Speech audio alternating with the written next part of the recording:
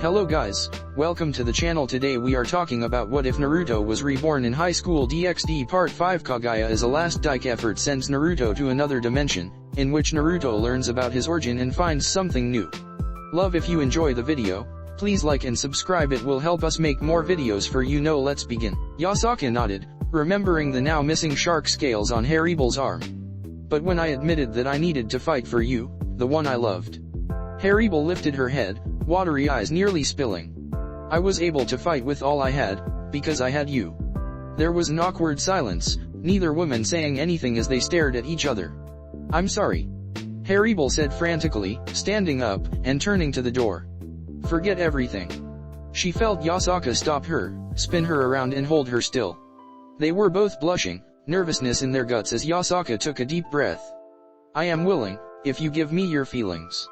She said awkwardly as she moved her hands down to take Harem's hands in hers.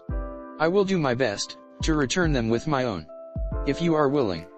Harem's eyes widened, tears of happiness streaking down her cheeks as a bright smile stretched across her tan skin as she squeezed Yasaka's hands. Yes. I am willing. She said with a tearful laugh. Yasaka smiled, her tails no longer behind her as they wagged in happiness. Off-Eyes sat alone amongst nature, subtly siphoning power to restore a decent amount of her power, as was her job that was given to her by the true Off-Eyes. I should not have given all of it to Ashira. Off-Eyes thought as the process of gathering back her magic safely took time. But it was to help him, so I know I'll understand. She continued to sit still, animals that came across her not even acknowledging her as she was one with nature. And she was the goddamn infinite dragon loli. Castle Dracula. A recovery party, sign us up. Akasha replied as she looked at a moderately sized mirror, seeing Yasaka's face on its shiny surface. Wait, what? You two are a couple now? Did this happen? As Yasaka replied, Hilda made her way to the living room with her parasol in hand, acting like a king. Her wounds had healed, but her lack of depth perception due to her left eye being burned and still bandaged had her on edge. An enemy could attack, anywhere. Hilda thought as she looked under the coffee table as she sat down. And anytime. Hilda turned to see Vlad, his body completely healed up, though his age was starting to show more, with the new amount of gray in his goatee and hair. Your injuries all healed up? Vlad asked as he sat down, noticing her look under the couch he sat on. Are you okay? Yes, Vlad. I am. Hilda replied meekly as she looked at him before lifting up her hand and pulled off the bandages and then pushing her bangs aside to reveal her left eye. There was pink scarring and her left eye was currently mending itself. The partially healed sphere didn't move nor react to any movement, due to it being blinded during the healing process. I don't know when it will be fully healed, but it is a work in progress. Hilda said as she reapplied the bandages. Though I am upset that it was a pathetic Belmont who wounded me like this. Vlad chuckled. Something funny? Yes, actually. Vlad admitted much to Hilda's dismay. Well, care to share? Hilda asked as she leaned into the couch. It's nothing, just something that reminded me of something. Vlad said in a fond tone as he looked at his daughter-in-law. Just remembering my youth with my dear Lisa. Hilda went silent and became melancholic. The lady of the castle, Lisa Teeps. Hilda looked behind Vlad at the old family portrait. It held her, when she was heavily pregnant, Adrian, Lisa, and Vlad.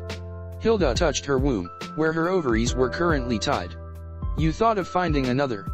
Vlad asked as he knew where her gaze was and from the act of touching her stomach. I have, at one point in time. Hilda admitted, knowing it better to be honest, while in the background Akasha was still talking to Yasaka. Was it Naruto? Vlad asked in mild amusement, leaning into his hand with a cheeky smile. Hilda's cheeks became red as she nodded. He is an excellent man, very goofy at times, but serious. He has his quirks and he isn't always perfect, but he is Naruto. Hilda said fondly as she looked into her bank of memories. He isn't a copy of Adrian, but I can say he holds a special place in my heart as the second man I have ever loved. Vlad smiled with pride. Have you considered going after him? Vlad asked softly. And if you do, would you want to have a child? If I can. I will admit my feelings, but children, I don't think I can, with the procedure I underwent, after so long, I might be barren. Hilda said nervously. And with Loco, I think Naruto would have enough to deal with if they had children. Vlad chuckled. Stubborn, like Adrian and Lisa. Vlad stated, making Hilda scowl. Now that's not. Mom, Grandpa, we have a party to go to. Akasha shouted, having wrapped up her conversation with Yasaka, barging between her mom and grandfather. What party? Vlad asked in curiosity. Meanwhile, I'm turning in. Loco said as she stood up, taking the bear pelt with her into the teepee, leaving Naruto alone as the night moved on. Naruto gazed up to the stars, honestly in awe from their beauty all the way down to where he was sitting. He absent-mindedly added wood to the fire every so often as he watched them.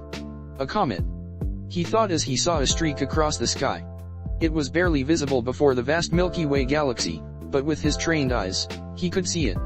He held out his right hand, reaching towards the sky and made a grabbing motion, sheepishly chuckling at his useless gesture. I guess there are still many things still out of my reach. Naruto thought as he put his right hand to the log and pushed off, dousing the fire before he entered the teepee with Loco. She had her hair down as she opened the blankets Naruto had, inviting him in with her nude form covered by the moonlight that shined in through the top of the teepee. Naruto smiled and undressed before laying next to Loco, his head in her chest to listen to her heartbeat instead of her listening to his. Good night, my love. Loco whispered before kissing his head. Naruto nodded as he closed his eyes, sleep taking over nearly instantly. Above them, dark birds tracked across the sky, their forms decayed with their feathers falling to the ground, spreading decay to the flora they touched. Meanwhile, Kyoto. Okay, everyone, listen up. Yasaka called out as she, Harem, Yoriyuki, Zuko, Kenpei, Vlad, Akasha, and Hilda sat at a long table in the middle of a meadow. They had a large spread of dishes that was just waiting to be eaten. I'd like to thank all of you for coming, especially on such short notice. Yasaka said, sending an apologetic look toward Hilda and Vlad, who smiled to say it was okay. But we are here to celebrate the recovery of Harem. Everyone clapped as Harem blushed, smiling in embarrassment as they did, avoiding their gazes. Don't make a big deal. And now you two are a couple, Akasha purposely blurted out with a cocky attitude to add insult to injury as Harem and Yasaka blushed hard, but they stood tall as everyone owed and awed. And let's not forget. Akasha started before two dead-looking birds swooped down and landed on her shoulders. Okay. Akasha said as she pushed them off her. They took off, leaving cuts in her shoulders before they flapped their wings a few times before falling to the ground, dead. Now that is very weird. Akasha started before she stopped. She looked down at the table, eyes wide as her skin started to sweat profusely, turning her skin a paler shade. Akasha, what is wrong? Hilda asked as she stood up, reaching out to help Akasha. I don't. Akasha gasped as she nearly fell, gripping the table tightly, splintering it in her grasp. She coughed violently, a black ooze splashing against the grass as a decayed magic swelled inside of her body. Her blood, now black, seeped from the wounds on her shoulders before they sealed shut. Akasha. Everyone shouted as Akasha's power spiked, the same black liquid squirting from her eyes, the sclera becoming black with the irises becoming yellow. Ha ha ha ha ha ha ha ha ha ha ha ha ha ha ha ha. Akasha cackled before she flipped the table, spinning in the air 4 times, the food flying everywhere before the table shattered upon the ground. The swordsmen, Yasaka, Hilda, and Vlad reacted defensively, preparing to fight as Akasha continued to laugh maniacally, falling to the ground as her power continued to grow, her skin so pale and sweaty that she looked like a corpse. What the fuck is going on? Yoriyuki shouted as the sky started to darken, the calling of crows begot more crows. The murders grew bigger as Akasha's spine bent backwards farther than it should normally bend, her dress tearing apart in places. She looked like she had been crying, with the black streaks down her face and the dribble down her lips looking like tentacles. I have a body. Akasha, no, Thula cried out in happiness as the flesh on her shoulder blades started to shift and liquefy before crude wings sprouted from her back. Now the world shall know. They will become believers. Heaven. Michael gasped when he felt the influx of power ripple across Japan. No, it can't be. He mumbled as he ran to the closest vision pool and looked through it. He touched the water, causing it to ripple as his magic ran through it. As the ripples cleared, Michael was shown the image of Akasha laughing with her body soaked in black liquid. Oh Lord. Michael mumbled in horror before he took off from the pool. Gabriel. Michael shouted as he ran to his chamber. Summon the flugel, We need to find Naruto and send some to Kyoto, now. Valhalla. Prepare Sleipnir. Odin shouted as he stood still while a servant strapped on his armor in a hurry. Make it snappy. Father, what is? Thor started to ask but was silenced by Thor's glare. Thor, Odin said as he gestured to his son. If I don't return, please, protect our people and Freya. Father. Thor asked in confusion, but got no answer as the moment Odin's armor was completely on him, he donned his helmet and headed toward the stables. All father, I shall. Gondol, who was walking out of the stables with Sleipnir, started to say before Odin took the reins from her and mounted his 8-legged horse. You shall gather the guard and Valkyries to the borders. A great evil is awakened, and if it follows me, I want Asgard protected. Odin ordered before he took off to Tyr's temple at the temple. Heimdall prepared the Bifrost and waited for Odin's arrival. Empty Olympus. Gather as many weapons as possible, my brothers and I shall head there first. Zeus shouted to an infantry of undead soldiers, courtesy of Hades. Hades, wearing his black armor, stood next to Poseidon, who wore a similar armor but a deep navy blue with seashells where the skulls would be on Hades, and Zeus, who wore his white armor with a lightning bolt emblem. Brother, what is going on? Hades asked as they prepared a Hyperion Gate emergency transport. Tentacle Face has re-emerged from the watery depths of the sea. Zeus stated as he gripped the sword of Olympus in his hand. The bastard has taken control of the head of the vampire faction. Kyoto. The Thula creature continued to laugh before the large group, all stunned at the suddenness of its arrival. Oh, why so serious? It asked as he calmed down, its smile never leaving its face. Who are you? Yasaka demanded, preparing to enter Sage mode. And what are you? Why are you possessing Akasha? Hilda shouted as she grabbed her parasol, prepared to attack. Well, for who? I don't have a name, but since I am a soul fragment of Thulu, call me Fragment. Fragment said as glee filled its eyes. Oh, I guess I said what I was in THA answer. As for why I am possessing this body, it's because she had the highest potential and she fits like a glove. Fragment proceeded to look at Akasha's body, running its hands up and down, palming her breasts as it touched them. Oh, I like these. Fragment said before its head was punched by Yasaka, in full power Sage mode. Get out of Akasha, you evil son of a bitch. Yasaka demanded, wincing in pain as she pulled back her fist, her knuckles bleeding as the bone of said knuckles were revealed due to the flesh being ripped open. I don't want to, Fragment said in giddiness. But I need to test this body and these powers I have out. The black ooze shot outward, sharpening into a needle, and scratched Yasaka's stomach as she evaded being impaled. That is cool. Fragment laughed out hysterically before it was covered in a shadow. Fragment looked up, seeing Kenpeki with Shivuki raised above his head. Yuryuki drew Nuaberi, channeled lightning chakra through the needle and thread, and through it. Fragment was impaled, wincing as the lightning burned Akasha's body. Yuryuki wove the thread around Fragment, pulling it tight to keep their arms and wings to its body as Kenpeki struck Fragment, Shivuki detonating upon impact, lifting up a large amount of smoke. Oh, that was scary. Fragment laughed as the cloud covered it. Yuryuki felt the thread get pulled, before she was yanked into the dust cloud. Yuryuki! Zuko shouted as he drew Hiramekarei. Once full of chakra, Zuko formed it into a fan and swung with enough force to cause a gale force, pushing the dust cloud away, revealing Fragment holding Yuryuki by the throat. Akasha's clothes were ripped from her body, leaving her naked, but her private parts were coated and hidden under the black liquid. Oh, so you wanna play too? Fragment asked, ignoring Kenpeki who gripped Shivuki and swung it, the paper bomb scroll unfurling, wrapping around Fragment. Zuko let go of Hiramekarei and punched the air several times, releasing just as many fireballs. Fragment smiled as the black liquid around and within its body hardened as the paper bombs detonated and then was singed when the fireballs hit it. Oh, what to do? Fragment sang within the dust cloud as it survived the attacks from Kenpeki and Zuko. Fragment shot out of the cloud, ramming headfirst into Zuko's stomach, his spine nearly fragmenting from the strike, going through the table, sending all of the food and dishes to the ground. Kenpeki grunted and looked at Shivuki. I knew this was not a good weapon for me.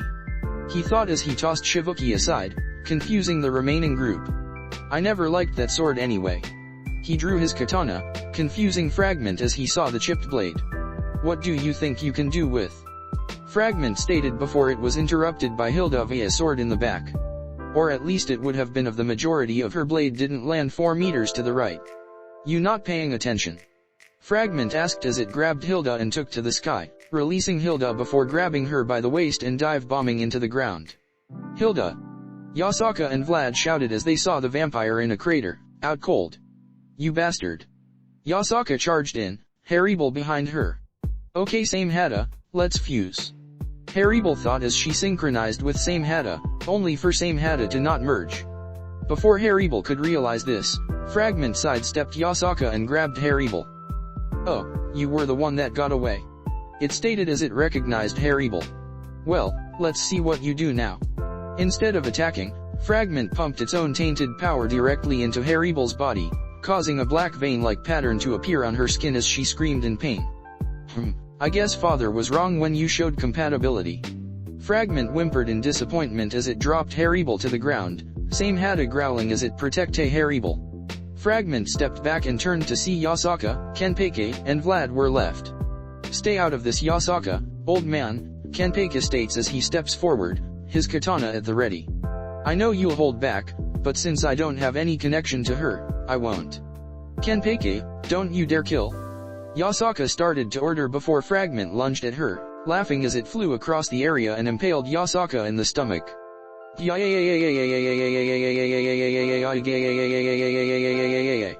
Yasaka screamed as she grabbed Fragment's wrist, preventing it from going further.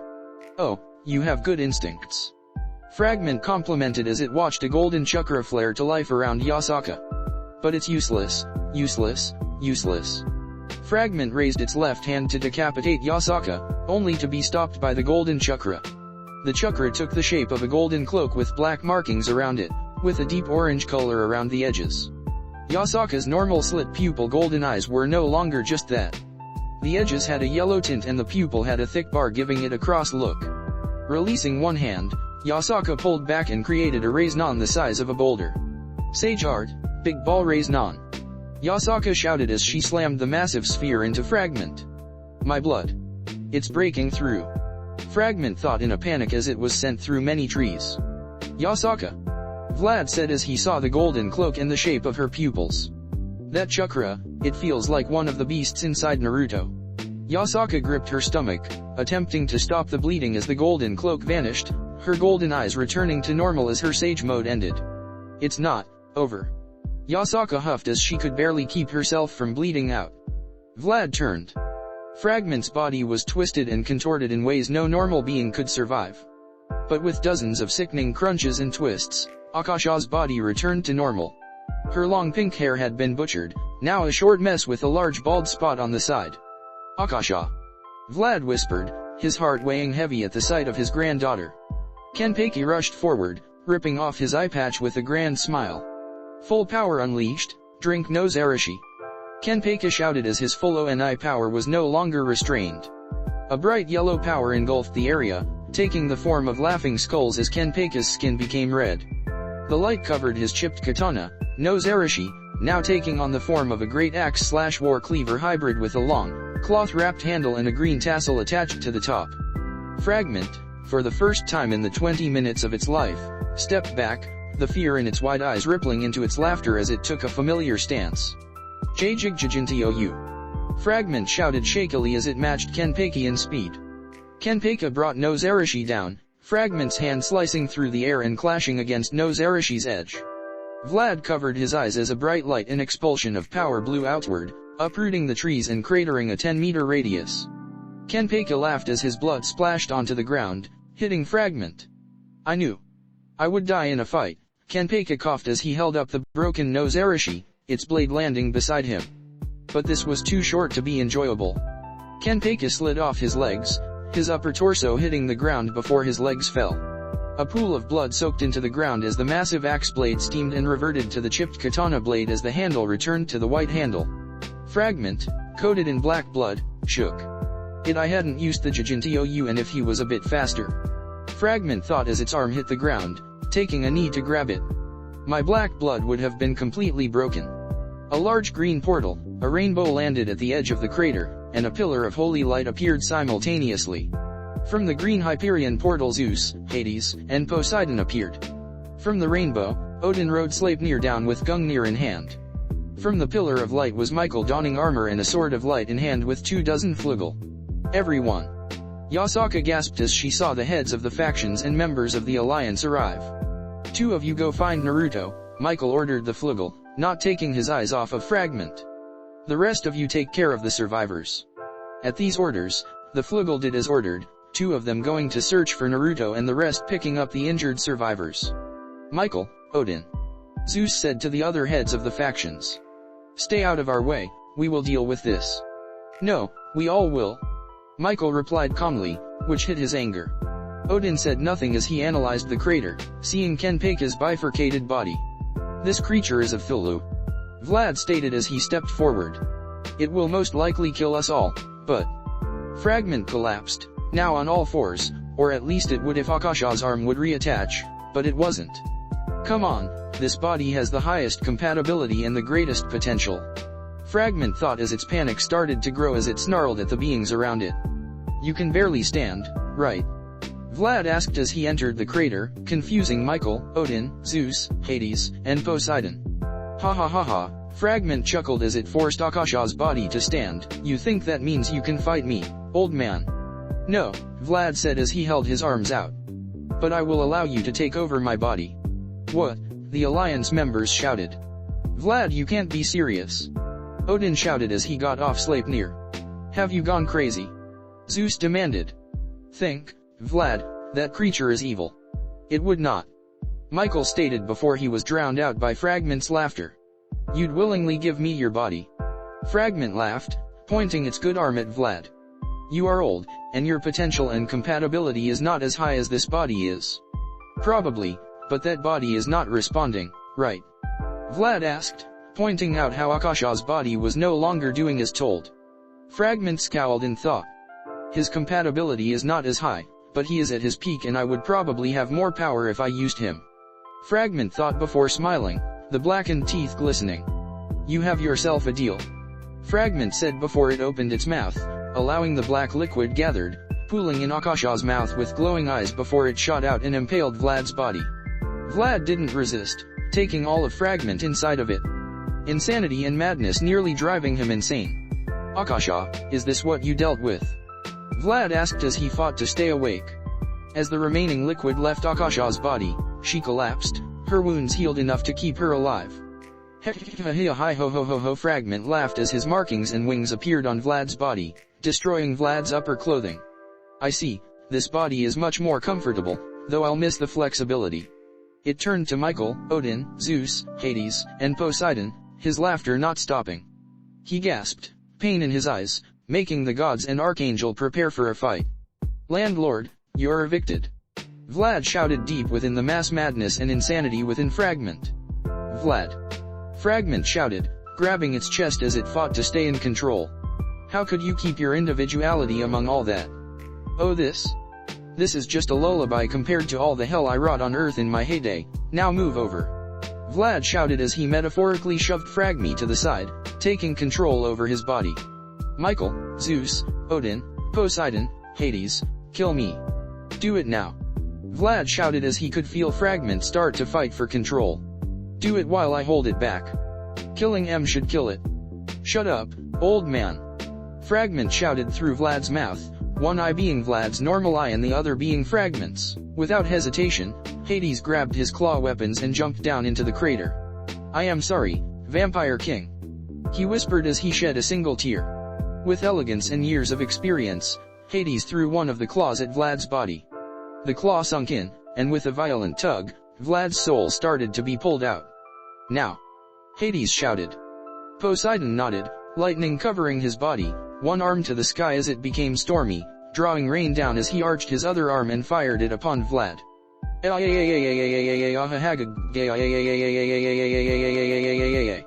Vlad/Fragment screamed as the lightning scorched their shared body, weakening the black blood. This won't work, you fools. Fragment screamed with black blood shooting out of its mouth. Bloody needle. The globs of blood flew around at high speed, becoming needle-like and attacking Poseidon and Hades. Not on my watch. Odin stated as he jumped into the fray, swinging Gungnir around with perfect precision shattered the brittle hardened blood. Vampire's weaknesses: impalement, cutting the head off, and then burning the corpse. Vlad informed the gods and Michael, knowing that he could just heal from attacks like this. Vlad felt Fragment attempt to stop the gods, but Vlad smirked as he fought back. "Calm down, brat," Vlad chuckled. "We are going to the other side together." "No, I won't die," Fragment shouted in a panic as it fought back against Vlad. Zeus jumped down, stabbing Vlad through the heart, the blade of Olympus further weakening the black blood. Vlad's body shriveled up quickly, though life still inside of him. Vlad grunted in pain as the blade of Olympus burned his body from within, the sparks of electricity entering his body. Flashback. "Lisa," Vlad said as he moved some of her hair out of her eyes and cupped her cheek gently, a blush dabbing her cheeks. "Will you marry me?" Lisa's eyes widened in surprise before she smiled with tears watering her eyes. "Yes," she said as she started to laugh. "Yes." Vlad's heart beat quickly as he leaned in and kissed Lisa. Flashback end. Vlad grunted in physical and emotional pain, his grip on his body slipping. Fragment took this chance and grabbed the blade of Olympus and attempted to pull it out. However, Michael swooped down, gripping his sword with tears in his eyes, and cut Vlad's head off. Flashback. "He is beautiful," Vlad cried as he held his son for the first time, crying waterfalls. "Just like his father." Lisa gasped, soaked in sweat as her body was exhausted from giving birth.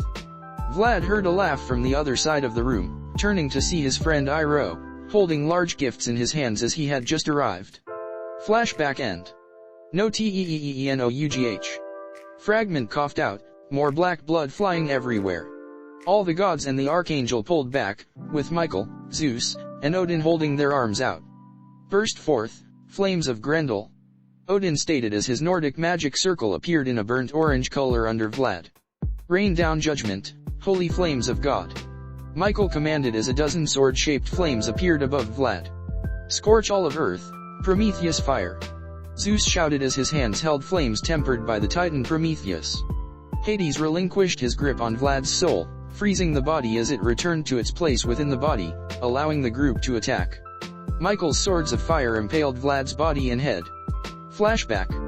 Vlad and Lisa walked next to Hilda, who was cradling her daughter. "She's beautiful," Lisa said with tears, a happy smile on her face.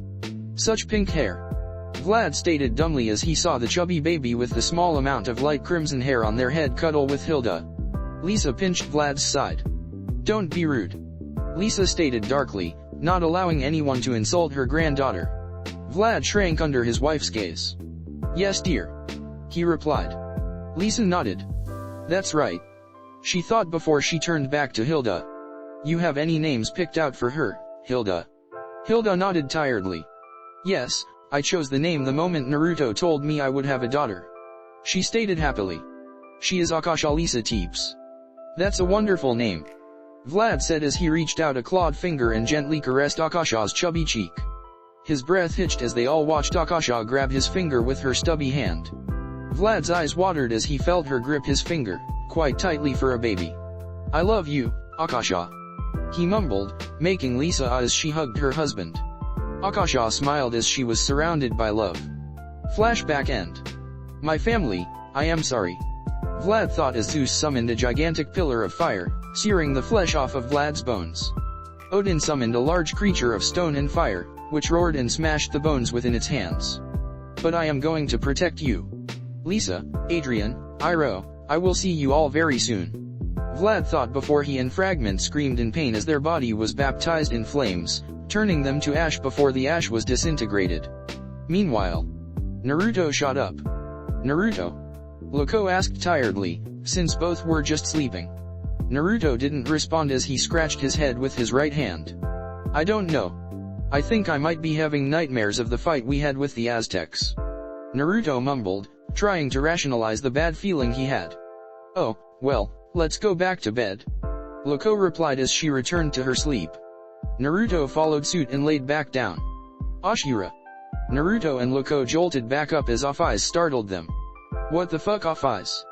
Naruto shouted, not wanting his sleep to be disrupted. "What is wrong with you?" Off-Eyes shouted as she planted her foot against his face hard enough to break his nose. "What the fuck is wrong with you?" Naruto replied, pushing her foot off of his face as blood dripped down his chin. Vlad is dead. Off-Eyes screamed, her face covered in tears. He sacrificed himself to save everyone. Naruto felt numb at these words. Acting instantly, both Naruto and Loco were dressed, the teepee rolled up and ready for travel before they used a portal to return to the compound. Yasaka! Naruto called out, worried his daughter was hurt. Naruto! Odin! Naruto said as he saw the one-eyed All-Father. What happened? Zeus and Michael made their presences known. We did what was necessary. Zeus said before they informed Naruto of what they knew. Hour later. After Zeus, Poseidon, Hades, Odin, and Michael explained what happened, they left to prepare for the funeral, leaving Naruto to inspect Akasha. Naruto sat down, deactivating his Byakugan as he looked at Akasha in worry. Naruto, what is wrong? Hilda asked as she recovered faster, though her face was still bandaged. Whatever possessed her, it left a permanent imprint. Naruto said in restrained anger as he gently lifted Akasha's arm. He created a black rod as he activated his Rain Sharingan and stabbed Akasha with enough force to break bone. Only for the black rod to break upon contact, cutting deep enough to cause blood to leak out of the cut. The blood was black. Oh my god. Hilda gasped as she saw this. It must have left this small amount of power inside of her, now she has its powers, most likely. Naruto said in anger. It can't be. Hilda stated in panic. It must be a side effect that will vanish. Hilda, I don't think it's temporary. Naruto interrupted as he stood up, staring at her. It is most likely permanent. Don't say that. Hilda choked as she started to cry. Akasha won't be able to handle that information. Naruto hugged Hilda tightly. It's going to be okay. Akasha is strong-willed, but for now, we will keep it to ourselves. Naruto said calmly, trying to keep Hilda calm. Yes, we should. Hilda said as she and Naruto left Akasha to sleep in peace. The two of them walked in an uncomfortable silence. Is there something on your mind? Naruto asked, breaking the silence. Hilda stopped walking, her hair covering her visible eye. You weren't there. Hilda stated, taking deep breaths as her voice felt scratchy. Why didn't you come? You could have saved us? Saved Vlad. Hilda shook before she tearfully looked at Naruto. If I could. Naruto said as he looked at his left arm, which was still reforming slowly. I would have. I even would have taken the burden Vlad took to protect all of you. Hilda's heart swelled as she felt her emotions break through the wall to keep them down. I know we said it was a one-time thing, but can. She shook her head before taking his hand. I want to forget this sadness. Please, love me like you did on that night so long ago. I won't. Naruto said, making Hilda's face become saddened. I will love you for the rest of my life. Hilda's heart raced at these words. You'd love me, even though you have Loco? She asked meekly. Loco has been urging me to make a harem. Naruto admitted, blushing a bit. But are you sure you? Hilda silenced Naruto with her lips, the bandages on her left eye falling off. When they pulled back, Naruto saw both of her eyes, the left one having healed completely, though her skin was a slightly lighter shade due to it being new flesh. Hilda covered her left eye, due to the fact that she would get dizzy with both eyes uncovered. Yes, I am sure. Hilda said with a cute smile, one that helped push down the sadness she felt. I have had a special place for you in my heart. Now, let's seal the deal. Naruto had a lazy smile as he squatted down to pick her up bridal style. Then your wish is my command. He said as he carried Hilda to her room. He placed Hilda on her bed, and stripped himself as Hilda prepared herself. After both were naked, Naruto got on the bed, kneeling on it, before he penetrated her pussy. Naruto gasped at how warm and tight Hilda was as she moaned from the penetration. I have missed this feeling. Hilda thought in a lustful haze, due to how long it has been since she last had sex. So, moist. Naruto gasped as he racked his brain for a position. Then thank you. Hilda gasped as she waited for him to move, her anticipation not wanting to wait. As she waited, Hilda flexed her inner vaginal muscles, massaging Naruto's dick with little to no physical movement. HHM. Naruto hummed as he enjoyed this sensation. I guess Loco isn't the only one who can do that. I got many tricks up my sleeve. Hilda stated proudly as she wrapped her legs around Naruto's waist. Now fuck me, Naruto, just like on that night all those years ago. Naruto leaned over her and kissed Hilda on the lips, breaking into her mouth with his tongue as they battled for dominance as he pulled out and thrust back in. Hilda moaned into their kiss, her breasts moving in circles with every thrust of Naruto's hips. So powerful. Hilda lulled as they broke the kiss for air. Such precision. Naruto slipped his hands under her butt, right as the transition where her butt became her legs. He lifted Hilda up and held her legs, putting her into a partial bridge position with her weight resting on her shoulders with Naruto still fucking her in a kneeling position. Hilda took a large and loud intake of air from the new depths Naruto's dick was able to hit from this position. Hilda's breasts were touching her chin, smacking into it with the Naruto's movements. So deep, no one could get this deep since. Hilda gasped as her body started to shine with a layer of sweat in the vivid light. What? Naruto asked, stopping. Hilda pouted as her cheeks puffed out, knowing he would not continue until he was informed. Since Adrian. Hilda explained with a sigh. Since you and Adrian were the only men that I have allowed in me, my fingers can't compare. I can go deeper, with Sage Mode. Naruto stated as he remembered the fact that he could do the same with Sage Mode. Okay, but you better not stop again, or else there will be consequences. Hilda stated as she flicked Naruto's nose gently. Of course, my dear. Naruto said as he entered Sage Mode, the orange pigment appearing around his eyes as they changed color and his pupil changed shape. Hilda's eyes widened as she felt Naruto's dick expand and stimulate parts of her vaginal canal that he wasn't before. Wow. This is different. She gasped as Naruto restarted his thrusting. Naruto picked up his pace to make up for the small amount of time he talked, making Hilda moan in ecstasy as her breasts smacked into her neck and chin. Coming. Hilda screamed as her legs tightened around Naruto's waist, which could crush a normal man, before biting his shoulder, tasting his blood as it gushed into her mouth due to her fangs. Naruto grunted as he slammed his hips against Hilda's, coming inside of her womb. How was my pussy compared to that dragon's, and to Mamo's? Hilda asked between gasps, feeling a little nervous asking about Tamamo. You are definitely on another level. Naruto replied, his body now coated in sweat. But we aren't done here, Hilda. Hilda giggled as Naruto shifted their position, though it wasn't that much different. Naruto sat on his knees, Hilda lying back with his legs resting on each of her shoulders. Naruto restarted to thrust inside of Hilda, their cum mixing inside of her body as he leaned over her, staring into her eyes. Hilda felt something she had not felt in so long. She felt like she was making love, not just fucking, for the first time in her life. Hilda teared up a bit as she reached up, cupping Naruto's face. Naruto opened his mouth and latched onto her thumb, sucking on it. Hilda giggled and got more aroused as she felt his tongue run up and down her thumb, massaging it lovingly before she pulled it out of his mouth. Kiss me. She ordered with her head tilted back a bit. Naruto kissed Hilda again before kissing her jawbone and neck. Hilda pulled him into her collarbone, where Naruto started to lick, sending intense shivers down her spine.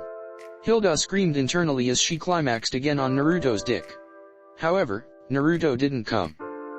Hilda groaned as she didn't feel his second shot enter her as he pulled out, their combined cum mix spilling out of her pussy, soaking her pubic hair as their sweat fused with it. Hilda pushed herself up, her body tired and sensitive as she got into Naruto's lap, kissing him as she pressed herself against him. Soft skin, smooth and supple. Naruto thought as he touched her body, sending sparks of pleasure in the areas he touched. Naruto sat cross-legged as Hilda sat in his lap, facing him as she wrapped her legs around him, prompting them to hug each other for support her balance. Instead of bouncing once she got Naruto back inside of her, Hilda ground herself against him with her arms around his neck. Naruto held her waist as he let her grind into him. With his Sage Mode enhancing both of their stimulation, Hilda was nearly going cross-eyed from how much pleasure he was giving her. I guess I will need some help. Naruto thought as he wasn't really getting much pleasure out of it. Hilda lulled her head to see two shadow clones. One of them went behind her, knelt down and reached around her, groping her breasts roughly, making her squeal at the lightning sensations shooting through her body. The second clone merely walked up to her and pushed his dick in her face. Hilda opened her mouth and took the whole thing at once. As she bobbed her head, Hilda removed one arm from Naruto's neck and cupped the clone's balls, weakly teasing them from the intense fire in her crotch, the electric pleasure her breasts, and now having to focus on giving head. She is really into it. Naruto thought as Hilda, despite being tired, gave it her all. Not wanting to be outdone, Naruto thrust his hips upward, meeting Hilda as she grinded down. Hilda moaned around the clone's cock, making it moan from the vibrations of her mouth as the clone behind her, playing with her breasts, released one breast to masturbate, and wanting to be left out. With Hilda's left breast open, Naruto latched onto her nipple, sucking on it like a baby, making Hilda tense up as she picked up her pace in all aspects. It's too much. Hilda thought as her eyes widened as she realized she would not be able to keep up much longer. Come on, come already, come. Hilda clenched on Naruto as he bit her breast, climaxing on his dick, the sudden tightness pushing him to come inside of her again. Hilda screamed around the clone's penis, making him shudder as he thrust forward, coming in her mouth a great amount, a small amount shooting out of her nose, before it popped. Naruto climaxed again from the memories and sensations the clone experienced, as the second clone also received the memories, came on Hilda's back before it popped. This clone's experience made Naruto come a fourth time inside Hilda, who collapsed into his arms. She was cross-eyed as she slowly twitched, mouth open with her tongue out with saliva and cum dripping down his peck. The cum on her back slid down and drizzled through H butt crack and between her cheeks. I might have gone too far. Naruto whispered as he exited sage mode. He carefully moved and placed Hilda on the bed without stirring her as he put a blanket over her. Next day, Naruto opened his eyes, feeling Hilda's breath on his neck as he smiled. His neck had still had the bite mark and small amounts of blood. I guess I'll go get breakfast started. Naruto thought as he carefully shifted from under Hilda, wanting her to keep sleeping. Naruto quietly got dressed and left the room. Oh, you're awake, Papa. Naruto turned and saw Yasaka, holding a tray of food. You going to check on Akasha? Naruto asked. Yes, and it seems you and Aunt Hilda are tying the knot now. Yasaka asked as she could smell the sex smell on him. Yeah, you can say that. Naruto said in embarrassment at being caught again by Yasaka. Well, I'm happy for you, seriously. Yasaka said as she smiled. Aunt Hilda deserves someone to love. Okay, be safe, Yasaka. Naruto said as he kissed Yasaka's cheek. If Akasha is awake, don't tell her what happened. Okay, I promise. Yasaka replied as she went to Akasha's room. Yasaka walked through the quiet castle and found Akasha's door, opening it with one of her three tails. Yasaka saw Akasha, up and walking in her room. Akasha, are you feeling better? Yasaka asked in worry as she closed the distance between them and checked her, putting the tray of food on the desk. Why yes, but, where is Grandpa? Akasha asked, wincing in pain as she sat down. Yasaka bit her lip. Akasha, this isn't easy, but please, don't think this is a joke. Yasaka said as he sat down and took her hands. Akasha felt dread at the look in Yasaka's eyes. I know I promised, but Papa needs a break from being the bearer of bad news. Yasaka thought as she took a deep breath. Vlad is dead. He sacrificed himself to save you from that thing that possessed you. Yasaka informed her, her heart breaking at the shock on her face. And whatever it was, I turned your blood black, and it gave you a new ability. Akasha did not want to believe what Yasaka just told her. But those eyes. Akasha thought as she started to tear up. They are the same eyes that Uncle had when he confirmed he killed my father.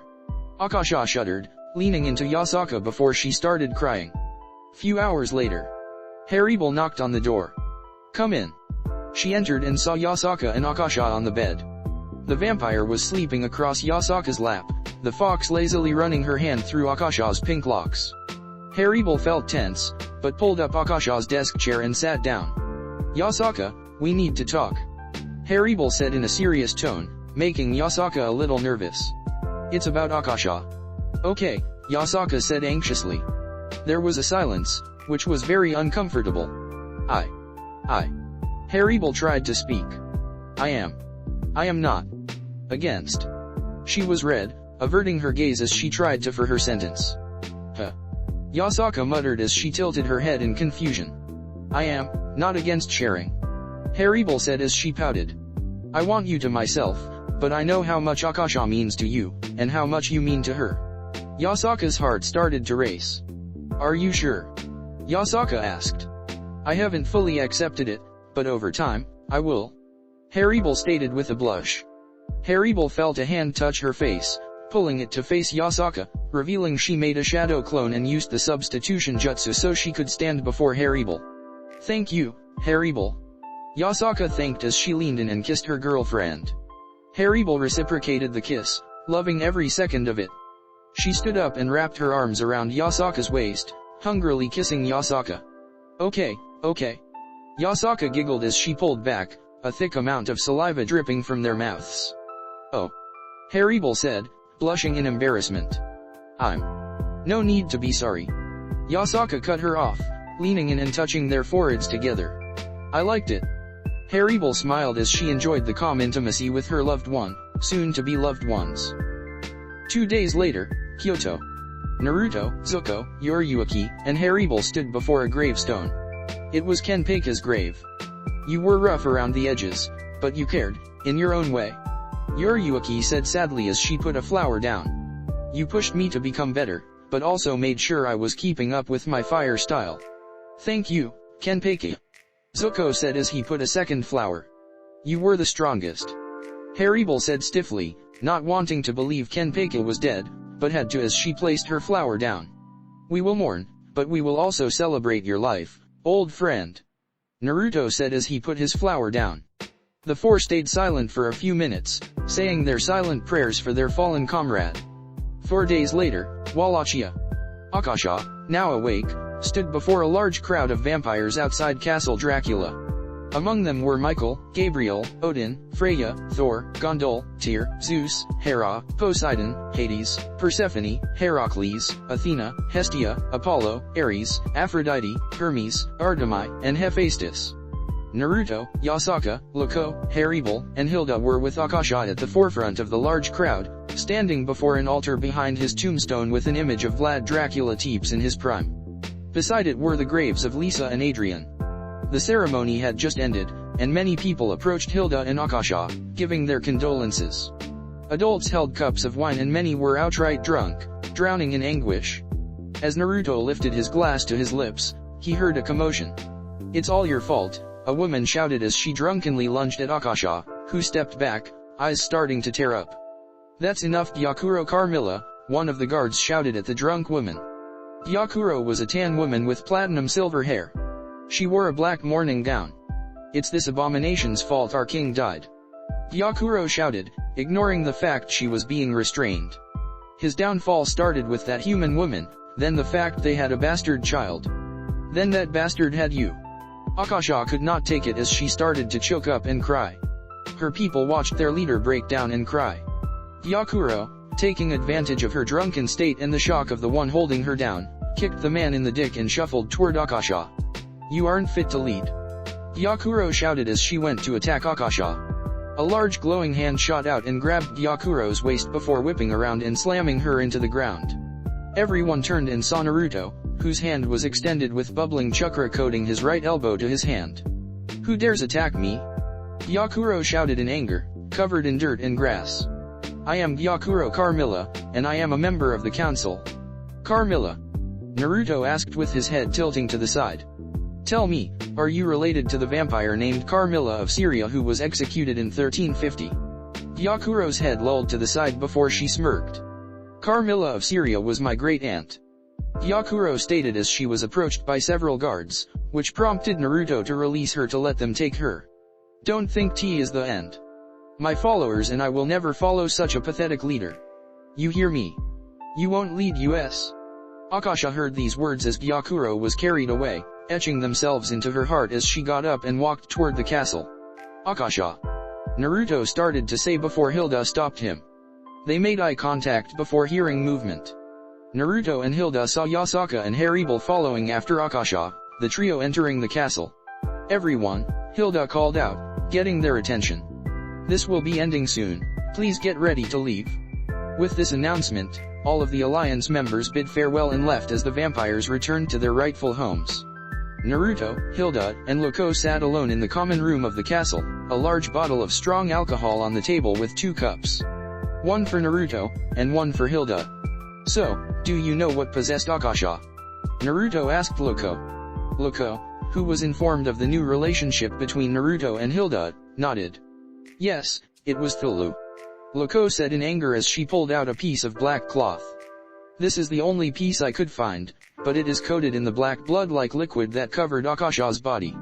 It is a small amount of the grotesque power that being has. It could be used to find it.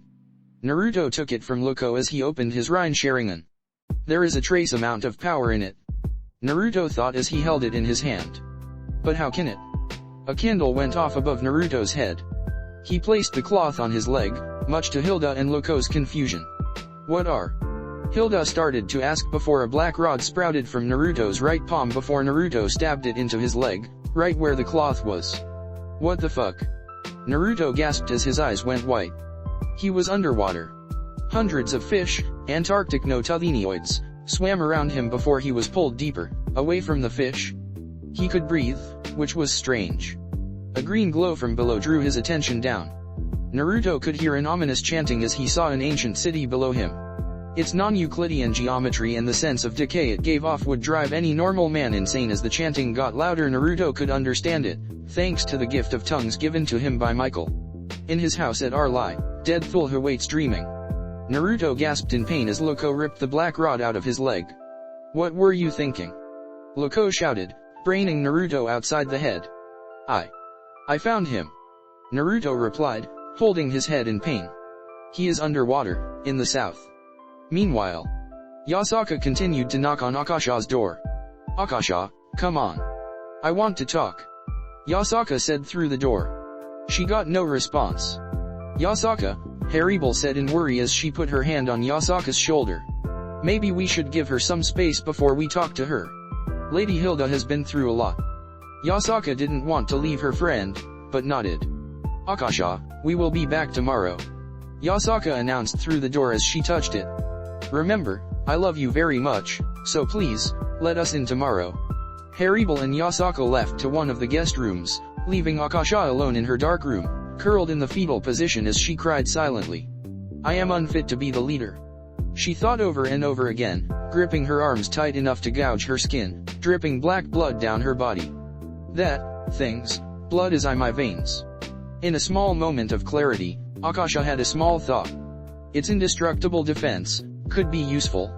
Meanwhile, Harem leaned into Yasaka, kissing her cheek as she held her close. Both were naked as the day they were born as they snuggled together. Is now really the time for this? Harem asked in concern. Yeah, we all need to take our minds off of what has happened. Yasaka purred as she pushed Harem down onto the bed. She slowly moved down, leaving a trail of kisses down Harem's toned body as she reached her hairless vagina. Harem opened her legs, revealing herself to Yasaka, blushing in embarrassment. I know I am not Akasha, but... Harem started to say before her back was arched as Yasaka delved into her pussy. Yush. Yush. Yush. Harem screamed as she quickly creamed over Yasaka's mouth, soaking the blonde's mouth in her fluids. I am sorry. I have not been touched like that before. Yasaka giggled as she stood up and walked over to her desk, opening the biggest drawer on the bottom left side. She reached in and hit a hidden switch, opening a false bottom and pulled out a small, gelatinous sphere the size of 2 walnuts. You ready for the main course, Harem? Yasaka asked as she stripped herself naked. Harem put her hands beside her face, curling them, and with one ear bent forward as her tongue was out while she panted like the lust-filled shark she was. Yasaka slapped the sphere onto her clit. It splashed across her vagina, acting like a sticky substance before it started to shiver, sending tingles up Yasaka's spine as it expanded and took the form of a dick. Sex slimes, get 12 for $10 at any monster sex shop. Yasaka randomly stated as if she was promoting the product. Harem felt the bed move, looking down her body to see Yasaka looming over her with the slime dick at her entrance, tickling her furred and soaked pussy with its tip. Why you ready? Yasaka purred as she cupped Harem's cheek. Harem's reply was a nod of the head with her tail wagging in excitement. Yasaka smiled as she thrust her hips forward, penetrating Harem's once virgin pussy as she arched her back with a loud howl of pleasure. Instead of pain, like Harem expected, she was filled with pleasure due to her hymen having been broken during her training at one point. So good. Harem panted as she gasped for air, the world around her spinning from the alcohol and sexual pleasure she was receiving. More. Yasaka, who had a segment of the sex slime in her now non-virgin pussy to get off as well, shuddered as she pulled back and then thrusted back in, her sweat-soaked body glistening in the lamplight. Ugh. Ack, ugh, ack. Harem gasped as Yasaka got into the rhythm, rocking the bed and their bodies in unison. Yasaka was hypnotized by the swaying motion Harem's breasts were moving, so she grabbed one and squeezed it. Harem moaned as she had a mini orgasm, but was not finished. Yasaka slurped up Harem's other nipple, her thumb stimulating the nipple in her hand. So, good, good. Harem mumbled drunkenly as she wrapped her arms around Yasaka's neck and her legs around Yasaka's hips. I love you, keep fucking me. I love you too. Yasaka gasped, her tongue out of her mouth, the tip slapping against Harem's tongue. Ugh, Klaus. Yasaka gasped, going cross-eyes, thrusting her hips particularly hard enough for the clapping of their flesh echoing off the walls. The sex slime dick climaxed inside of Harem, making her clench over it as she came onto it, Yasaka coming on her side of the sex slime. Yasaka's sweat dripped off of her body and onto Harem's as she attempted to pull out of Harem's pussy. More, more, more. Harem droned as she drooled, hands held up in V for victory, her legs still wrapped around Yasaka's waist. Fuck me more, Yasaka, not wanting to disappoint her first partner, pried Harem's legs off of her, pulled out, and flipped Harem onto her hands and knees, making a 45-degree angle triangle. Harem wiggled her butt, trying to entice Yasaka more, which was unnecessary when Yasaka thrust back into her pussy. Harem wailed in ecstasy, throwing her head back as Yasaka thrusted hard into her pussy. Yes, yes, yes, yes. Harem purred as she felt her legs go numb, eyes crossing as she had a fucked stupid look on her face as Yasaka grabbed her ass. Yasaka released Harem's butt and brought her hand down hard on Harem's bouncing ass cheek, enjoying the ripple of her ass flesh under her hand. Harem howled in pleasure as she climaxed again, but her eyes widened as she felt Yasaka keep going, plowing into her like a machine. Too much, too much. Harem screamed, trying to stop Yasaka, but her cries fell on deaf ears as Yasaka leaned over and gripped Harem's breasts, making Harem bite her lip as she felt her entire body surrender to the whims of Yasaka's wishes. Yasaka pressed her breasts against Harem's back, her face on top of Harem's head.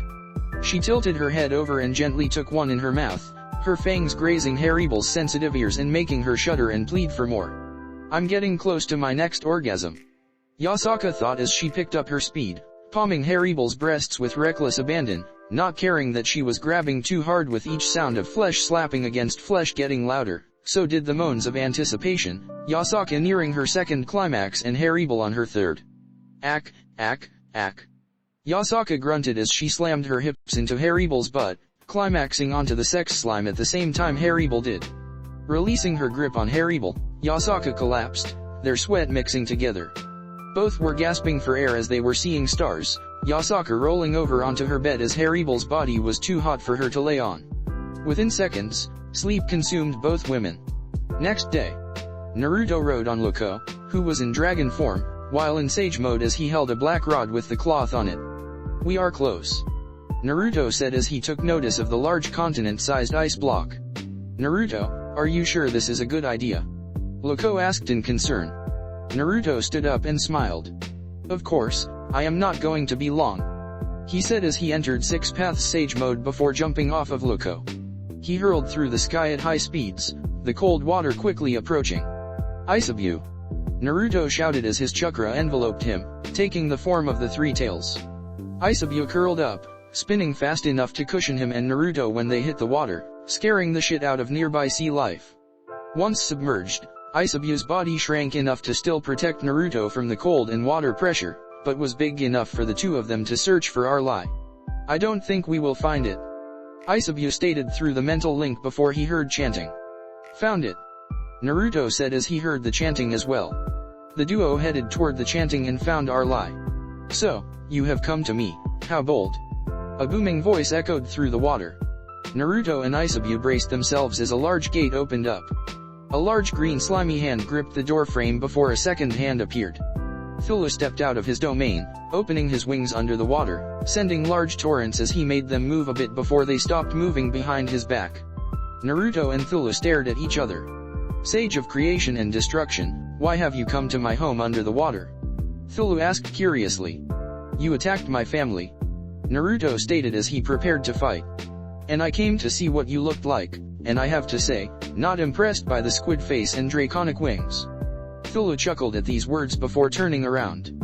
I am not sorry for the attack, but it was only entertainment, it said as he walked back in. Naruto frowned angrily. Instantly, Isabu charged up a tailed beast bomb and blasted Thulu's back. The elder god was struck, the bomb detonating. Chunks of gooey slime and sludge flew everywhere in the water, but Thulu quickly reformed, facing Naruto. If you won't accept my mercy, he stated as he stepped out of his home again, then I shall grant you a painful suffering. Bring it, bitch, Naruto stated as he was ready to fight. Meanwhile, Castle Dracula.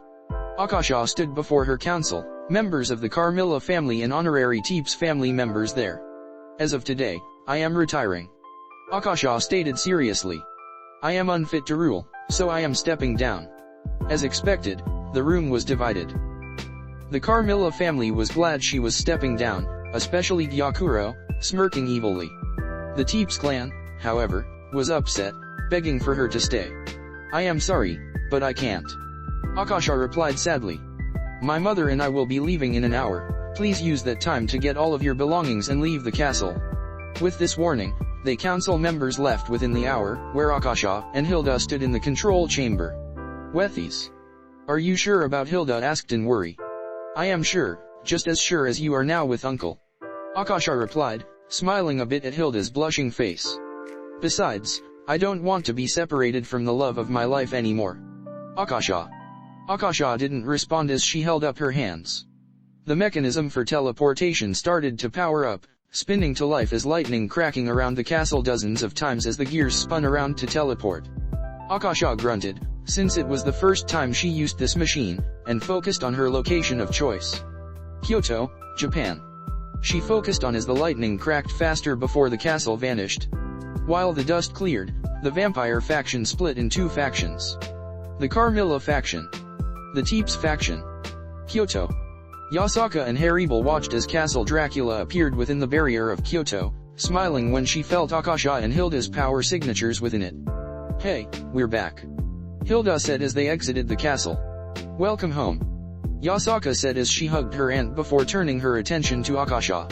I guess I am home too, she said nervously. I am no longer the head of the vampire faction. Oh, Akasha, Yasaka replied in sadness. Akasha felt someone push her into Yasaka. What the fuck, uncle? Akasha stated as she saw Naruto. Naruto was soaked and shivering with Loco behind him, a look of worry on her face. What was surprising to everyone, was the fact Naruto was holding a massive urn that had the kanji for lightning on it. Yeah, it's nice to see you, but I need a bath. He shuddered out as he moved past them, nearly falling over as he carried the urn all by himself, his left arm being a bubbling chakra arm. What was he doing? Harem asked in confusion as she watched Naruto enter the compound in a hurry. And what was with the urn? Oh, nothing much, just deep sea diving in very cold water, Loco said before she followed after him. And I don't know about the urn. Skip, 138 years later, 1633. And to conclude, the kidnappings have stopped, but we have been unable to find the culprits and the missing people, Michael said in sadness as the meeting came to its final part. That is really sad, but we will eventually find out, Odin stated as he stood up. I got to go home, Freya is making the cooks make my favorite, so I am not going to miss it. Odin vanished as Zeus and Michael prepared to leave as Yasaka, age 281, sighed, leaning into her hand. How did Papa deal with this? Yasaka thought as she groaned as Harem and Akasha approached her. Come on, Yasaka, let's go take a bath. Akasha, age 281, head of foreign affairs, said with a bright smile. Yasaka's ears twitched at the word bath. Bath? She asked. Yes, a bath. Harem, age 161, head of security, said as she smiled at Yasaka's childish excitement. Skip. Naruto, age 304, leaned back against the wall of the hot springs. Hilda, age 308, leaned into his left arm, which was now back to normal, as Loco, age 319, took his right. In the opposite corner was Yuriyuki and Zuko, sore and stressed. All of them were relaxing after a hard day of work. To think peace has lasted so long. Naruto thought before he felt like he jinxed everything. Ashura. Naruto blinked and saw Off-Eyes on his lap, wearing a towel with her hair up. Off-Eyes, what do you want? Naruto asked as he moved his arm to pet her head. I just wanted to relax with my family. Off-Eyes relied as she sighed, a smile forming as the hot water soaked her body. Ugh, whatever. Naruto replied as everyone chuckled as a gentle wind blew across the trees, a few leaves falling into the spring. Bath. Yasaka yelled as she ripped open the door and dived in, Haribal and Akasha sighing as they entered. 1633. And they lived happily ever after.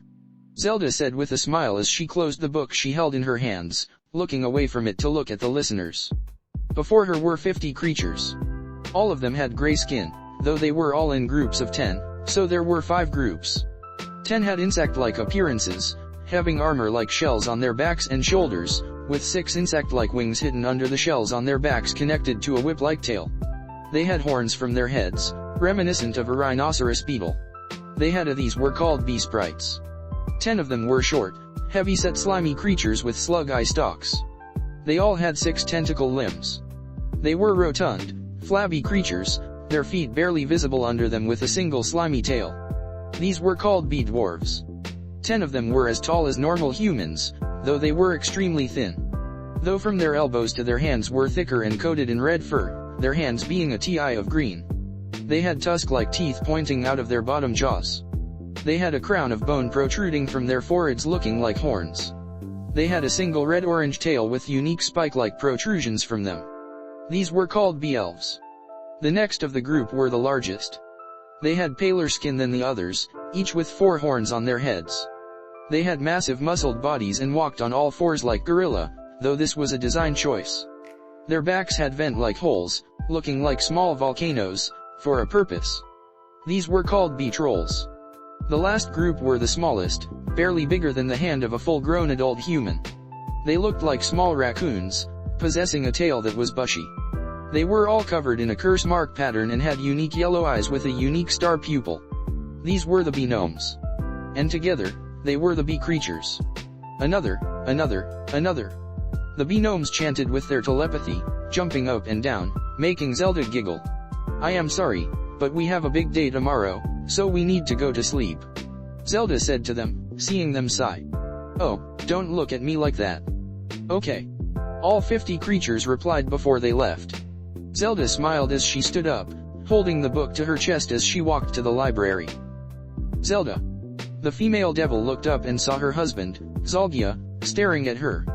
The last 3 centuries had not been good for the scientist. He now looked his age, being frail and thin, his eyes sunk into their sockets. His clothes baggy and dragging to the floor when he walked toward her. Yes, dear. She asked nervously, his stare being unsettling. You are reading to them, again? He asked, his irritation not hidden at all as he looked down the hall, seeing the bee creatures walking down it to their resting quarters. Yes, but it's my reward to them. They are not people, nor are they children. Zalgia cut her off, his anger now in his tone. Zelda, we shall continue our yokai testing. Zelda's eyes widened, massive guilt resurfacing. But we agreed yokai testing wasn't working. Zelda stammered. It was, but with our associates, we have a new formula. Zalga stated as he handed her a notebook. Start tomorrow. Zelda took the book. The book, while small, felt heavy. Sins stacked upon sins were flooding her mind. Images of all the women they had kidnapped for their. Zalgia's goal flashed in her head as she looked at Zalgia's back. Also, if you continue to read to the creatures, there will be consequences. Zalgia threatened as he moved to his lab. Zelda's heart cracked as she gripped the notebook. Oh, of course, dear. She replied, biting her lip hard enough to cut into it, her blood dripping from her lip. Next day. Zelda scooped out small amounts of the tailed beast chakra, a small tray holding colanders containing samples from all of them. Beside her, 9 bee trolls were carrying 9 containment units full of liquid. She felt a pull on her dress, causing her to look down. At her feet were 3 of the gnomes, one of them holding another children's book. Read, read, read. They chanted in happiness, having been looking forward to Zelda reading to them all day. I can't read to you, I am busy. Zelda stated coldly as she returned her attention to the colanders. Go back to work. She felt another tug, her chest becoming tight. Go back to work.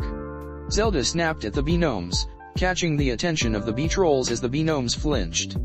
Zelda's face, albeit neutral, wanted to break as the look of betrayal and confusion covered the bee-gnomes' faces before they scampered off. Zelda turned to the bee-trolls, who were still looking at her. What are you looking at? Zelda demanded, pointing toward the next room. Put the containers in their places and then get back to work.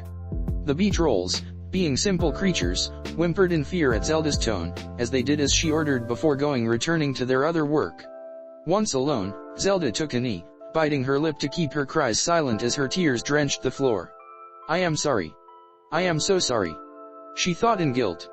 9 bee-elves entered the room, dragging a frantic yokai women, wearing hospital gowns, and strapped them to tables. Zelda wiped her tears away and straightened herself out before approaching the woman, dismissing the bee-elves. What are you going to do to us? The yokai demanded in fear. That is none of your business. Zelda said in a cracked voice. She moved the tray over to the 9 tables, and grabbed the first vial, which was full of Shukaku's chakra. Zelda pulled out the notebook, and with the new formula, used magic to alter the chakra into genetic material. With hesitation, Zelda inserted the material into the womb of the woman, repeating this act with the different chakra samples with the compatible women. Zelda stepped back, and waited for 10 minutes. She watched as the women cried in pain, their wombs wreathing and frothing like liquid. Chakra bubbled around them, each of them gaining a number of tails from this before they went silent, eyes white as they foamed at the mouth as they chakra receded. Zelda prepared a scalpel as she walked to the first woman. Making an incision, Zelda cut her open to get to her womb. Blood spurted, coating Zelda in it. The only part of her that flinched were her eyes to keep the blood from obscuring her vision. She reached in and removed an embryo the size of a heart. Acting quickly, she opened the first container and placed the embryo inside, activating it upon closing. Zelda repeated this action 8 more times until she stood before 9 full containers with young children. This liquid that our associates gave us should help slow down their growth. Zelda thought before wiping her eyes. She turned to the corpses. Zelda could have called for the bee-trolls to take care of them, but she took responsibility. She piled them up, by hand, and carted them to the furthest room. The doors opened and she swallowed a heavy lump. Nameless tombstones entered her field of vision. Many were mothers, the rest were failed attempts at Zalgia's goal. One by one, Zelda dug the graves and buried the women. Zelda's heart beat in reckless abandon as she could not stop herself from crying. September, 1633, Asgard. And you believed that shit? Naruto asked Odin in disbelief as he yanked the sword out of Fenrir's mouth. He was currently in Asgard, wanting to spend time with the Aesir, only to find the wolf, who was now an adult and massive, had been bound by the magical cloth Gleipnir. Fenrir, who was thankful he could move his extremely sore jaw, growled at Odin as Naruto attempted to remove Gleipnir. There was a prophecy that Fenrir would kill me. Odin stated as he grabbed Naruto's wrist. In Ragnarok, Fenrir. You ever think that if you don't do this, he would not want to kill you? Naruto interrupted as he tugged at Gleipnir, his veins bulging as he struggled to break the cloth restraint. Odin didn't have a real answer to Naruto's question as Naruto entered Sage mode and strained his muscles to the point he entered Kurama mode. Damn. It. Naruto grunted in anger as he expelled his chakra into the ribbon as he exited Kurama mode. Gleipnir absorbed the chakra before it disintegrated. Oh, that is surprising. Naruto said in confusion. It might have been because the cloth was not made to hold back chakra, that it overloaded and destroyed it. Odin stated in nervousness as Fenrir got up and stretched his limbs after the last few decades being tied up. He glared at the All-Father, who drew Gungnir. Okay, that is enough. Naruto said as he stepped in between Fenrir and Odin, staring into the wolf's eyes. Odin, in his wisdom, stood down. He was a seeker of knowledge, and in all his years seeking said knowledge, Odin learned that Naruto was very persuasive. Fenrir, however, did not back down, baring his fangs even at Naruto for daring to defend Odin. Fenrir. Naruto said calmly as he reached out and touched the wolf's nose. Do you want to prove them right? If you attack, then the Aesir will be validated in them sealing you away. Fenrir growled as he thought about Naruto's words. What about Tyr? Naruto asked in a sad tone. Fenrir's demeanor softened at the name of the god of war. Tyr and Naruto were the only two who would play with him as a puppy. The latter whenever he could visit. Fenrir remembered that day. The day the Aesir tricked him into a contest to prove his strength by restraining him. After he broke the first two restraints, the Aesir left him alone for a short time before bringing Gleipnir. Unlike the other two, Gleipnir was a delicate-looking cloth. Suspicious of their actions, Fenrir stated he would only do this if one of them would put their arm in his maw, to bite off if he could not break free. His suspicions were nearly confirmed when all hesitated. All but Tyr. Tyr bravely sacrificed his arm when Fenrir couldn't break free, and as he left, Fenrir could see his anguish of betraying him. Fenrir took a deep breath before exhaling, sitting on his haunches and shrinking down to a smaller size. Good boy. Naruto praised as he patted Fenrir's head, who smiled and jumped Naruto, wrestling with the sage for a short while before they got up. So, this prophecy, it states Fenrir kills you? Naruto asked as he petted Fenrir, who enjoyed it. Yes, but they never said how. Odin replied as he knelt down. Fenrir, I am sorry, I don't expect forgiveness, but I still apologize. Fenrir, who was willing to move on, knew he would never forgive the Aesir. He rolled his eyes and put up his paw, to which Odin took and shook as a sign of accepting his apology. Now, what about you, Naruto? Odin asked as he stood up. Don't you remember? There is a prophecy about you as well. Oh yeah. Naruto said as he remembered the prophecy that was given centuries prior. Flashback.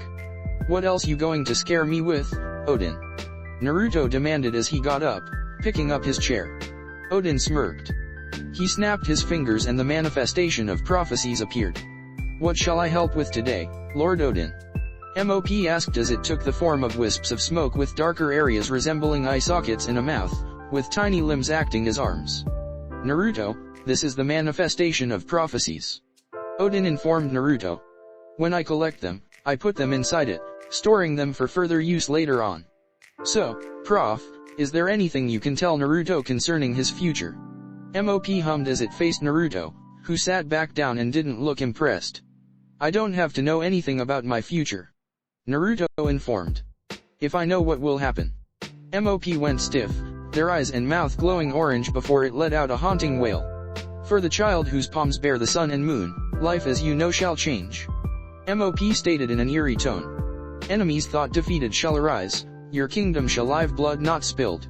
In turn, a tan beauty awaits at the end of the road. Naruto blinked as MOP blinked, the orange glow vanishing. Flashback end. If you have paid attention, I haven't gotten that tan beauty that the MOP talked about. Naruto said as he stood up, Fenrir following him and getting up as well. Like with my prophecy, it never said when or how. Odin sarcastically retorted to Naruto. Now, come, we have a feast for your visit. Yeah, Hilda and Loco may be tired of me being away. Naruto said in slight concern. The three of them had come to Asgard for a social visit, but the moment Naruto heard of Fenrir's binding, Naruto left his girlfriends with Freya. Fenrir chuckled at Naruto's predicament. Not funny, mutt. Naruto snipped. Fenrir and Odin couldn't help but laugh as they neared the massive city of Asgard. That night, Loco drank water as Hilda and Naruto drank pints of ale, all three of them partying with the Aesir. Thor drunkenly slurred as he pointed at Naruto, who slammed his empty mug on the table before grabbing to mutton legs, throwing one to Fenrir, who was cautiously allowed back into Asgard at Naruto's persistence. You said once you fought, Ctcthulu. Thulu. Loco corrected as she laughed. Yeah, that thing. Thor lulled, eyes unfocused as he walked up to Naruto, everyone's attention focusing on the drunk blonde and the Thunderer. So, how did you kill it? Oh, that is, actually quite funny. Naruto said as he sat up, trying to look professional, though he swayed in his seat. Flashback. Naruto and Thulu stared at each other. Sage of creation and destruction, why have you come to my home under the water? Thulu asked curiously. You attacked my family. Naruto stated as he prepared to fight. And I came to see what you looked like, and I have to say, not impressed by the squid face and draconic wings. Thulu chuckled at these words before turning around. I am not sorry for the attack, but it was only entertainment.